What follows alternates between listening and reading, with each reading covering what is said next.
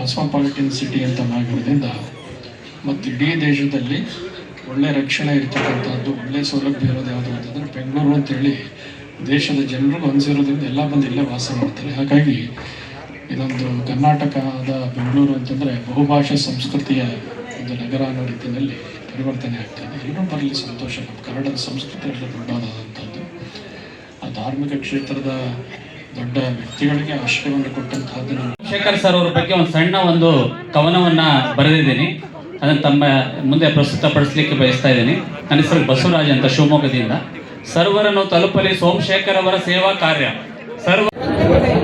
ಪ್ರತಿ ವರ್ಷವೂ ಕೂಡ ಸಾಹಿತ್ಯ ಸಂಸ್ಕೃತಿ ಲೋಕದಲ್ಲಿ ಸಾಧನೆ ಮಾಡಿದಂಥ ಸಾಧಕರಿಗೆ ವಿಶೇಷವಾಗಿರುವ ಪ್ರಶಸ್ತಿ ಇದೆ. ಇದು ಒಂದು ರೀತಿಯಲ್ಲಿ ಕ್ರಿಟಿಕಲ್ ಅವಾರ್ಡ್ ಇದ್ದಂಗೆ, ಎಲ್ಲವನ್ನು ಪರಾಮರ್ಶಿಸಿ ಅಳೆದು ತೂಗಿ ನೋಡಿ ನಿಜವಾದ ಸಾಧಕರಿಗೆ ಕೊಟ್ಟಿರುವಂಥದ್ದು. ಹೀಗಾಗಿ ಶ್ರೇಷ್ಠ ಪ್ರಶಸ್ತಿ. ಇದೊಂದು ಸಂಸ್ಕೃತಿಯನ್ನು ಬೆಳೆಸುವಂಥ, ಸಾಹಿತ್ಯವನ್ನು ಬೆಳೆಸುವಂಥ ಒಂದು ದೊಡ್ಡ ಕಾರ್ಯ ಸೋಮಶೇಖರ್ ಅವರು ಮಾಡ್ತಾಯಿದ್ದಾರೆ. ಅವರು ಯಾವಾಗಲೂ ಕೂಡ ಕನ್ನಡದ ಬಗ್ಗೆ, ಕನ್ನಡ ಸಾಹಿತ್ಯ ಬಗ್ಗೆ ಅಪಾರವಾದಂಥ ಪ್ರೀತಿ ಮತ್ತು ದೊಡ್ಡ ಯೋಗದಾನವನ್ನು ಅಧಿಕಾರಿ ಇದ್ದಾಗ ಇಲ್ಲದ ಕೂಡ ಮಾಡಿದ್ದಾರೆ.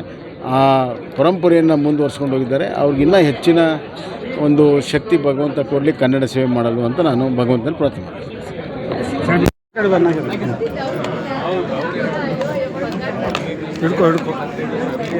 ಇಲ್ಲ ಒಳಗೆ ಹಾಕಿಲ್ಲ, ಜನ ಬರ್ತಾರೆ.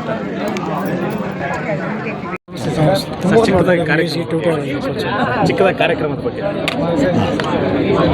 ನಮ್ಮ ಬಿಟ್ಬಿಡ್ತೀನಿ